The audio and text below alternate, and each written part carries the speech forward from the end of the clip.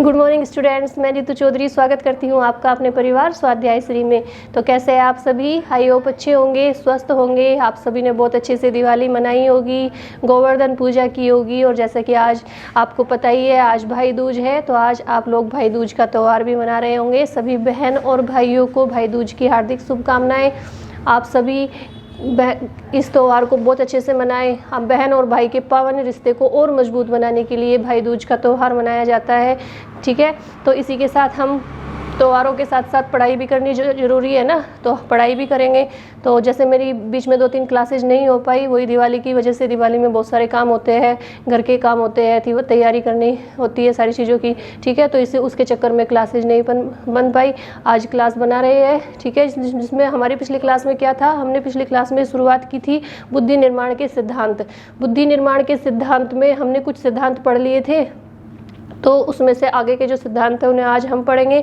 और जैसे हम डेली एक मोटिवेशनल कोड के साथ क्लास की शुरुआत करते हैं, आज भी एक मोटिवेशनल कोड के साथ क्लास की शुरुआत करेंगे। आज का हमारा कोड क्या है कि ईश्वर का दिया कभी अल्प नहीं होता, ईश्वर का दिया कभी अल्प नहीं होता, जो टूट जाए वो संकल्प नहीं होता, लक्ष्य को हार से दूर ही रखना, लक्ष्य को हार से दूर ही रखना, क्योंकि जीत का कोई विकल्प नहीं होता, ठीक है। इसी के साथ आज की क्लास की शुरुआत करते हैं, जिसमें आज हम क्या पढ़ेंगे? आज हम पढ़ेंगे बुद्धि निर्माण के सिद्धांत में गिलफोर्ड का त्रिआयामी सिद्धांत। आप लोग पेन और कॉपी लेके बैठेंगे नोट डाउन करने के लिए।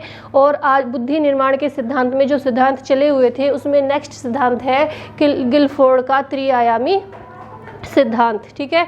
तो सबसे पहले इसे पढ़ते हैं। सबसे पहले इसमें देखेंगे कि जे.पी. गिलफोर्ड और उसके सहयोगियों ने बुद्धि परीक्षण से संबंधित कई परीक्षणों पर कारक विश्लेषण तकनीक का प्रयोग करते हुए मानव बुद्धि के विभिन्न तत्वों या कारकों को प्रकाश में लाने वाला प्रतिमान विकसित किया। यानी जे.पी. गिलफोर्ड ने क्या किया था? जे.पी. गिलफोर्ड और उसके जो सहयोगी थे जिन्होंने इसका अध्ययन किया था, उन्होंने कई सारे तत्वों के आधार पर इसका अध्ययन किया, ठीक है। अब वो तत्व कौन कौन से हैं? सबसे पहला है संज्ञान। संज्ञान क्या होता है? संज्ञान होता है खोज, ये दोबारा खोज या पहचान, यानी किसी चीज़ की खोज करना, रिसर्च करना, फिर दोबारा खोज करना। अगर हम उस नतीजे पर नहीं पहुंच पाए तो फिर दोबारा खोज करना और फिर पहचान की क्षमता करना, उसकी पहचान करना, ठीक है। यानी किसी भी कार्य में, किसी भी चीज़ में क्या करना? उसकी खोज करना, उस पर रिसर्च करना, फिर उसमें दोबारा खोज करना। अगर हम किसी परिणाम पर नहीं पहुंच पाए तो उसमें दोबारा खोज करना और उसमें पहचान की क्षमता, ये क्या होता है? संज्ञान होता है। दूसरा तत्व क्या था? स्मृति। स्मृति क्या होता है? स्मृति होता है जो भी संज्ञान में आया उसे धारण करना, यानी हमने जो भी खोज करके, रिसर्च करके जो भी हमने पाया, जो भी निष्कर्ष निकाला, उसे धारण करना, उस चीज़ को क्या करना? उसे धारण करना क्या कहलाता है? स्मृति कहलाता है। इसके बाद आता है मूल्यांकन। तीसरा तत्व कौन सा होता है? मूल्यांकन। मूल्यांकन में क्या होता है कि इस प्रक्रिया के अंतर्गत व्यक्ति जो कुछ जानता है वह उसकी स्मृति में रहता है, यानी व्यक्ति जो कुछ भी जानता है वह उसे याद रखता है। आप भी कुछ चीज़, मान लीजिए कोई व्यक्ति आपसे 2 साल पहले या 5 साल पहले मिला था, तो आप जब उसे 5 साल बाद देखोगे तो आपको याद रहेगा, आपकी स्मृति में रहेगा कि मैंने इसे कहीं देखा है। आप इतना भूल सकते हो कि कहाँ देखा है, लेकिन ये जरूर याद रहेगा आपको कि मैंने इसे कहीं ना कहीं देखा हुआ है, ठीक है। तो जो भी इस मूल्यांकन की प्रक्रिया के अंतर्गत व्यक्ति जो कुछ भी जानता है वह उसकी स्मृति में रहता है। जो कुछ वह मौलिक चिंतन में निर्मित करता है, यानी जो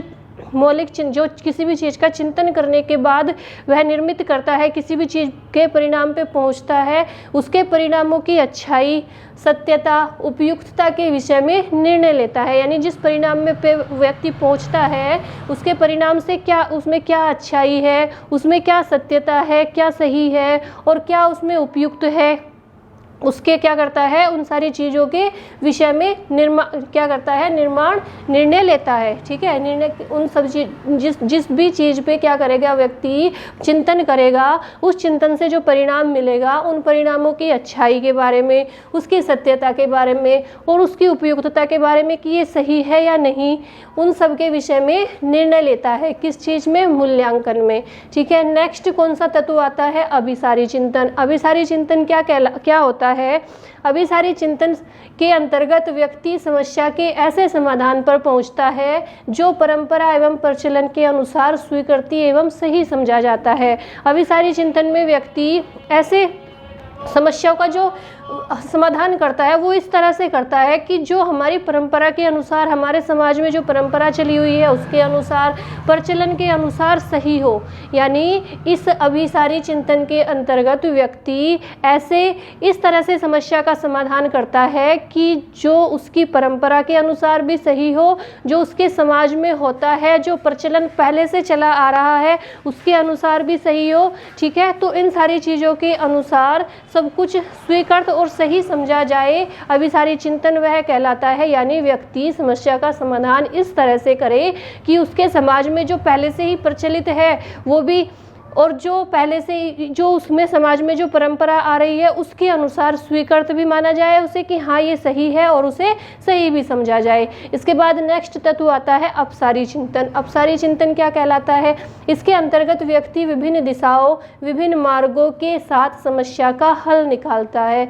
यानी व्यक्ति क्या करता है, अलग अलग दिशाओं में, अलग अलग रास्तों से, कई तरह से क्या करता है, समस्या का हल निकालता है। किसी भी समस्या को सुलझाने के लिए वो कई तरह के तरीके अपनाएगा, कई तरह के मार्ग अपनाएगा, कई तरह की दिशाएं अपनाएगा। ठीक है, और उसके बाद तथा व्यक्ति उसके परिणाम की अच्छाई और उपयोगिता के संदर्भ में निर्णय लेता है।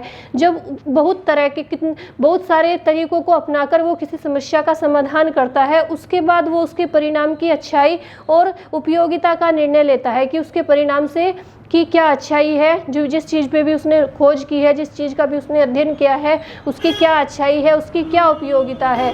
और आउट ऑफ द बॉक्स भी इसी के अंतर्गत आता है। कौन सा चिंतन? आउट ऑफ द बॉक्स चिंतन भी अपसारी चिंतन के अंतर्गत ही आता है। ठीक है, ये जो आवाज़ आती है ना, हमें पता है कि ये बहुत ज़्यादा डिस्टर्ब करती है, आपको भी करती है, हमको भी करती है। कोशिश करेंगे कि आपकी आवाज़ बहुत जल्द ख़त्म कर दी जाए और आपको एक बहुत अच्छे से डिजिटल बोर्ड के माध्यम से क्लास दी जाए। ठीक है, तो एक बार फिर से देख लेते हैं इन्हें। गिलफोर्ड ने जो तत्व बताए हैं, कौन कौन से? संज्ञान का अर्थ होता है खोज करना, दोबारा खोज करना और उसकी पहचान की क्षमता करना।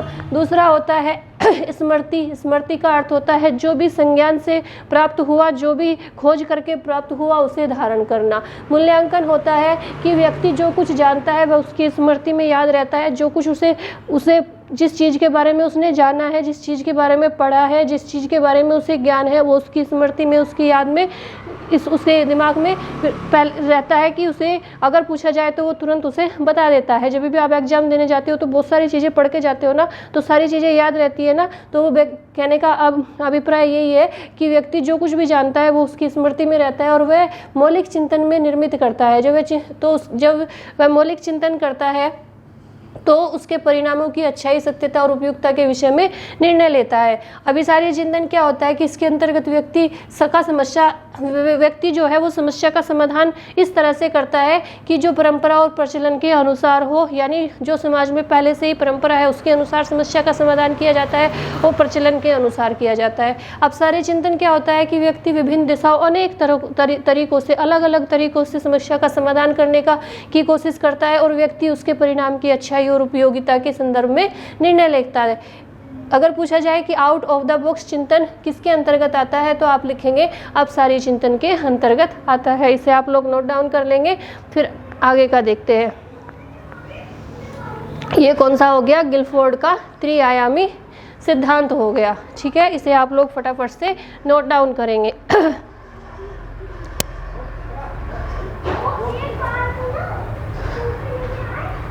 गिलफोर्ड और उसके सहयोगियों ने अपने अध्ययन और प्रयासों के द्वारा यह प्रतिपादित करने की कोशिश की कि हमारी किसी भी मानसिक प्रक्रिया और बौद्धिक कार्य को 3 आधारभूत आयामों, कौन कौन से? संक्रिया, सूचना सामग्री या विषय वस्तु तथा उत्पादन में विभाजित किया जाता है।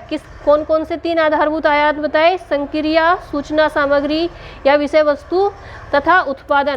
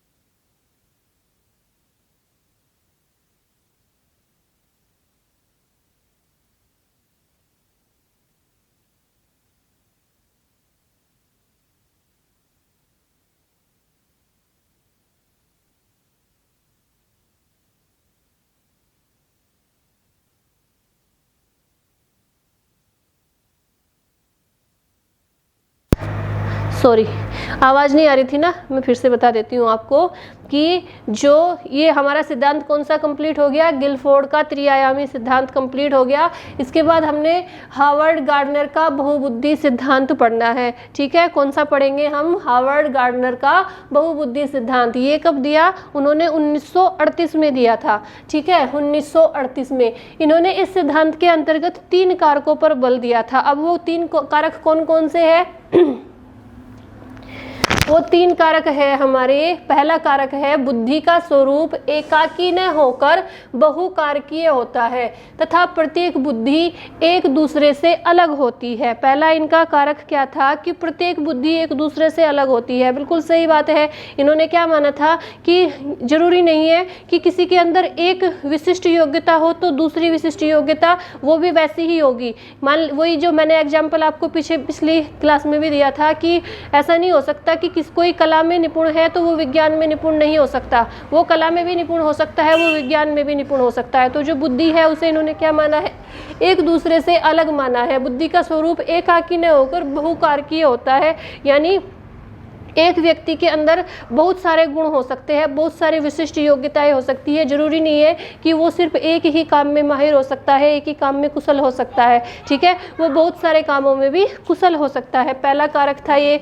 दूसरा कारक है कि प्रत्येक ज्ञान बुद्धि एक दूसरे से स्वतंत्र होती है, यानी प्रत्येक बुद्धि क्या होती है? एक दूसरे से स्वतंत्र होती है। जरूरी नहीं है कि वो एक दूसरे पर ही निर्भर हो। ठीक है, यानी व्यक्ति एक काम को कर रहा हो, दूसरा काम ना जानता हो। ठीक है, तो वो एक काम को करने का उसका तरीका अलग होता है, दूसरे काम को करने का उसका तरीका अलग होता है। तो प्रत्येक व्यक्ति की बुद्धि क्या होती है? वो एक दूसरे से स्वतंत्र होती है। तीसरा होता है बुद्धि के विभिन्न प्रकारों में एक दूसरे के साथ अंतरक्रिया करने की प्रवृत्ति पाई जाती है। प्रत्येक व्यक्ति में विलक्षण योग्यता होती है। बिल्कुल सही बात है। प्रत्येक व्यक्ति में यानी हर एक व्यक्ति में अलग अलग योग्यता होती है। जरूरी नहीं है कि एक व्यक्ति जिस काम को कर रहा हो, जिस काम में वो परफेक्ट हो, दूसरा व्यक्ति भी उसी काम में परफेक्ट होगा। नहीं, किसी को खाना बनाना ज़्यादा अच्छा आता है, किसी को घर की साफ सफाई करना ज़्यादा अच्छा आता है, किसी को पढ़ाना ज़्यादा अच्छा लगता है, किसी को पढ़ना ज़्यादा अच्छा लगता है। तो सबकी अलग अलग योग्यता है। कोई टेक्निकल चीज़ों में माहिर है, कोई बिजनेस करने में माहिर है, कोई गवर्नमेंट जॉब में इतना अच्छा करता है कि लोग उसकी प्रशंसा करते हैं। तो हर चीज़ में व्यक्ति की बुद्धि क्या है? अलग अलग है। जरूरी नहीं है कि एक व्यक्ति की बुद्धि एक जैसी हो या हर व्यक्ति क्या करे, एक ही तरह के काम करे। हर व्यक्ति के अंदर अलग योग्यता, विशिष्ट योग्यताएं पाई जाती है, जिसके अनुसार वो अलग अलग चीज़ों में माहिर होता है, अलग अलग कामों में माहिर होता है। तीसरा क्या है? 3 कितने कारक बताए इन्होंने? 3 कारक बताए। पहला कारक क्या बताया कि बुद्धि का स्वरूप एकाकी न होकर बहुकारकीय होता है तथा प्रत्येक बुद्धि एक दूसरे से अलग होती है। दूसरा कारक बताया कि प्रत्येक ज्ञान या बुद्धि एक दूसरे से स्वतंत्र होती है। और तीसरा कारक बताया कि बुद्धि के विभिन्न प्रकारों में एक दूसरे के साथ अंतरक्रिया करने की प्रवृत्ति पाई जाती है और प्रत्येक व्यक्ति में विलक्षण योग्यता होती है। ठीक है, अब गार्डनर ने बुद्धि के 9 प्रकार बताए हैं। कितने प्रकार बताए हैं? गार्डनर ने कहा है कि बुद्धि 9 प्रकार की होती है। एक या 2 या 3 प्रकार की नहीं होती, 9 प्रकार की होती है। कौन कौन सी होती है इन्हें हम डिफाइन करेंगे। सबसे पहले एक बार नाम देख लेते हैं, आप इनके नाम नोट डाउन करेंगे। सबसे पहली होती है भाषाई बुद्धि, दूसरी होती है तार्किक गणितीय बुद्धि, तीसरी होती है स्थानिक बुद्धि, चौथी होती है शारीरिक गतिक बुद्धि, पांचवी होती है सांगीतिक बुद्धि, छठी होती है अंतः पारस्परिक बुद्धि, सातवीं होती है अंतः व्यक्तिक बुद्धि, आठवीं नैसर्गिक या प्राकृतिक बुद्धि और 9वीं अस्तित्ववादी बुद्धि। तो गार्डनर ने कितने प्रकार बताए हैं बुद्धि के? 9 प्रकार बताए हैं। ठीक है, एक एक को डिफाइन करते हैं। मैं साइड हो जाती हूँ, आप इन्हें फटाफट से नोट डाउन करेंगे। तो सबसे पहले भाषाई बुद्धि कौन सी होती है? भाषाई बुद्धि होती है, भाषाई बुद्धि के अंतर्गत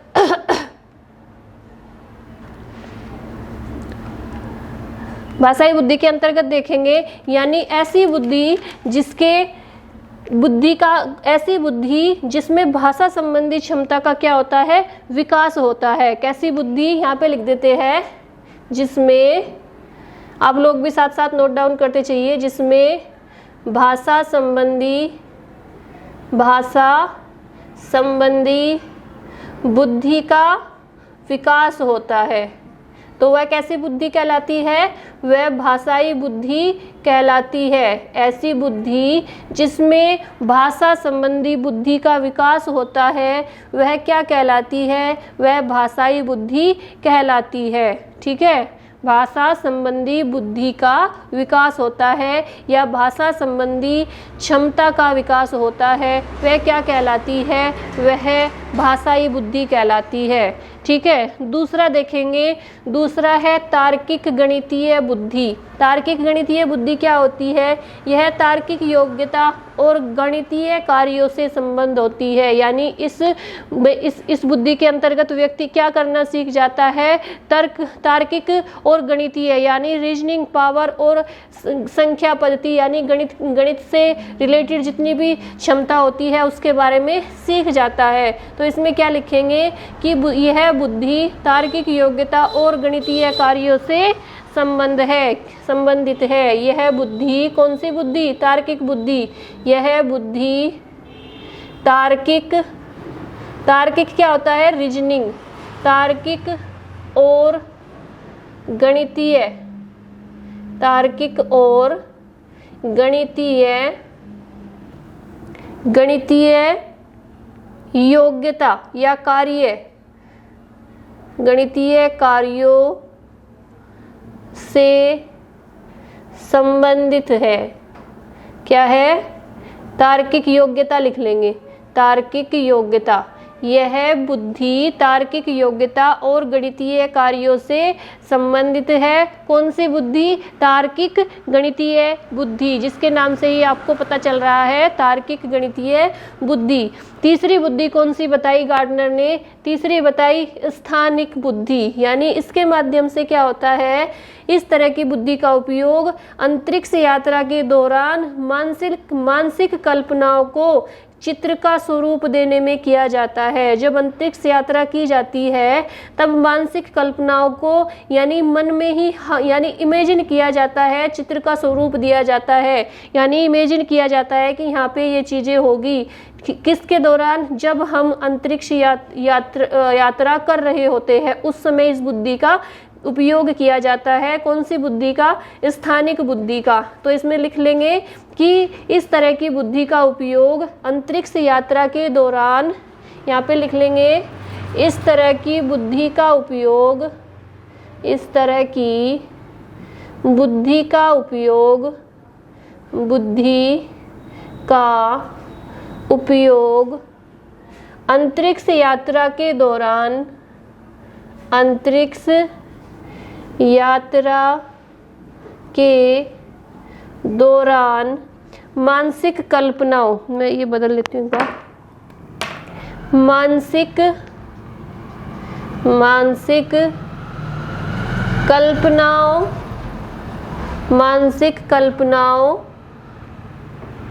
का चित्र का स्वरूप देने में किया जाता है।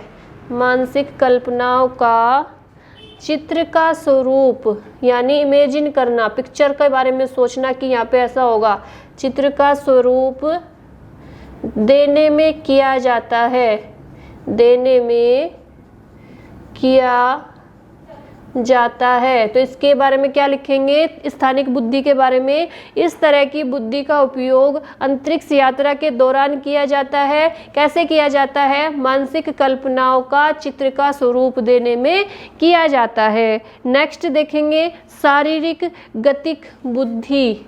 नेक्स्ट बुद्धि कौन सी है जो हार्वर्ड ने बताई है? वो है शारीरिक गतिक बुद्धि। इसमें क्या होता है?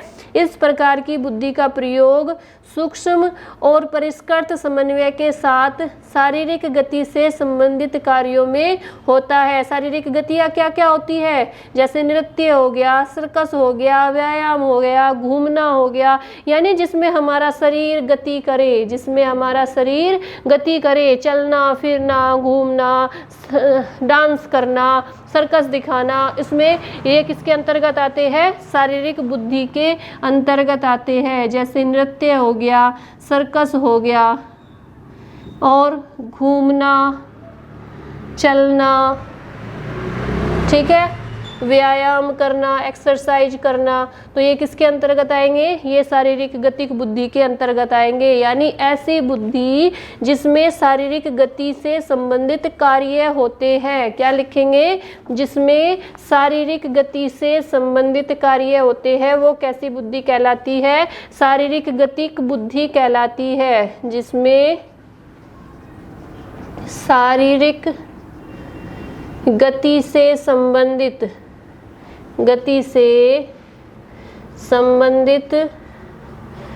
कार्य होते हैं। कैसी बुद्धि कहलाती है? शारीरिक गतिक बुद्धि कहलाती है। जैसे डांस हो गया, व्यायाम हो गया, ठीक है, चलना फिरना हो गया और सर्कस हो गया, जिसमें हमारा शरीर गति करे। ठीक है। नेक्स्ट आती है सांगीतिक बुद्धि। नेक्स्ट कौन सी आती है? सांगीतिक बुद्धि। शारीरिक गतिक बुद्धि में आप क्या लिखेंगे कि जिसमें शारीरिक गति से संबंधित कार्य होते हैं, जैसे डांस, व्यायाम, चलना फिरना, सर्कस इत्यादि। ठीक है। इसके बाद देखेंगे सांगीतिक बुद्धि कैसी होती है। गार्डनर के अनुसार सांगीतिक बुद्धि कैसी होती है? इस प्रकार की बुद्धि का प्रयोग संगीत के क्षेत्र में होता है। कहाँ पे होता है? संगीत के क्षेत्र में होता है। इस प्रकार की बुद्धि का प्रयोग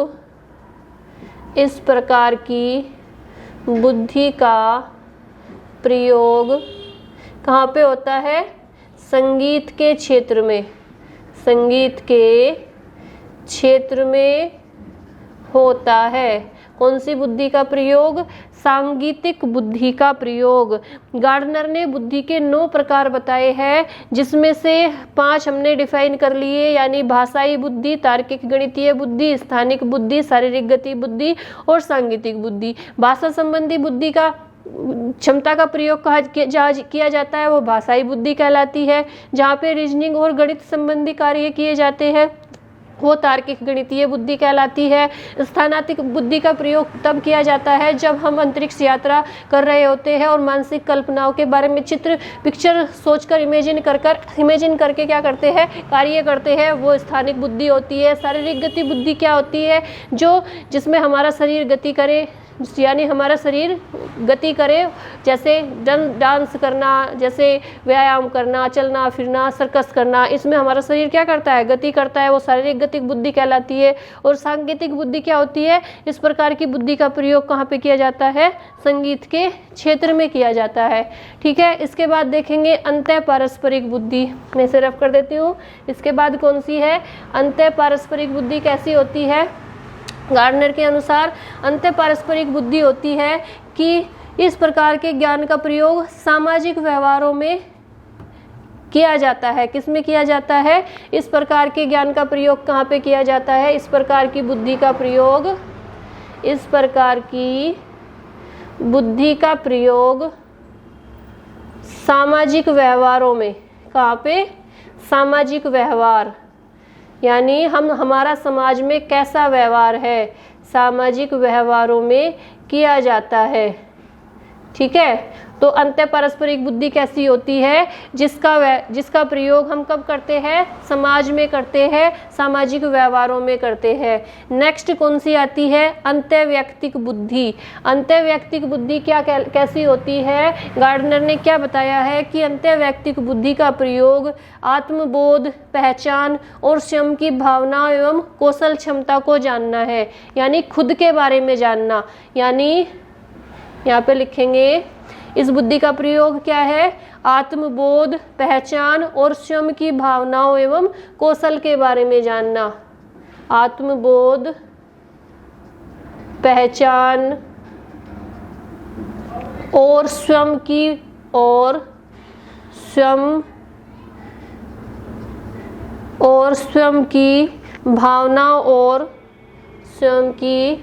भावनाओं और कौशल के बारे में ये जानना।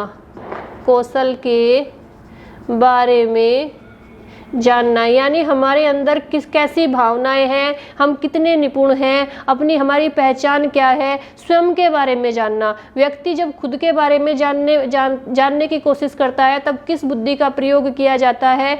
अंतर्वैयक्तिक बुद्धि का प्रयोग किया जाता है। फटाफट से इसे नोट डाउन करेंगे। और 8 नंबर पे कौन सी बुद्धि है? 8 नंबर पे है नैसर्गिक या प्राकृतिक बुद्धि। नैसर्गिक या प्राकृतिक बुद्धि किस प्रकार की बुद्धि होती है? इस प्रकार की बुद्धि का संबंध किससे होता है? वनस्पति जगत से होता है। किससे होता है? वनस्पति जगत से। इस प्रकार की बुद्धि का प्रयोग वनस्पति जगत से होता है। इसके अंतर्गत क्या क्या? जैसे पेड़ पौधे हो गए, पेड़ पौधे, जंतु हो गए, प्राकृतिक सौंदर्य परखने के लिए, प्राकृतिक सौंदर्य परखने के लिए किया जाता है, परखने के लिए। तो इस प्रकार की बुद्धि का प्रयोग वनस्पति जगत को परखने के लिए, पेड़ पौधों, जीव जंतु, प्राणी, इन सबको और प्राकृतिक सौंदर्य यानी प्रकृति के सौंदर्य को परखने के लिए किस प्रकार की बुद्धि का प्रयोग किया जाता है? नैसर्गिक और प्राकृतिक बुद्धि का प्रयोग किया जाता है। अब लास्ट आ जाती है अस्तित्ववादी बुद्धि। कितने प्रकार बताए थे उन्होंने? 9 प्रकार बताए थे। 9वीं कौन सी है? अस्तित्ववादी बुद्धि है। इस प्रकार की जो बुद्धि होती है, इस प्रकार की बुद्धि के अंतर्गत मनुष्य क्या करता है? छिपे हुए रहस्यों के बारे में जानने की कोशिश करता है। क्या करता है? इस प्रकार की बुद्धि के अंतर्गत, इसमें लिख लेंगे आप, इस प्रकार की बुद्धि के अंतर्गत मनुष्य छिपे हुए रहस्यों के बारे में जानने का, रहस्यों के बारे में जानने की क्या करता है? कोशिश करता है। ठीक है, यानी जो रहस्य, जो भेद छुपे रहते हैं, इस प्रकार की बुद्धि का प्रयोग व्यक्ति वहाँ करता है जब वो छिपे हुए रहस्य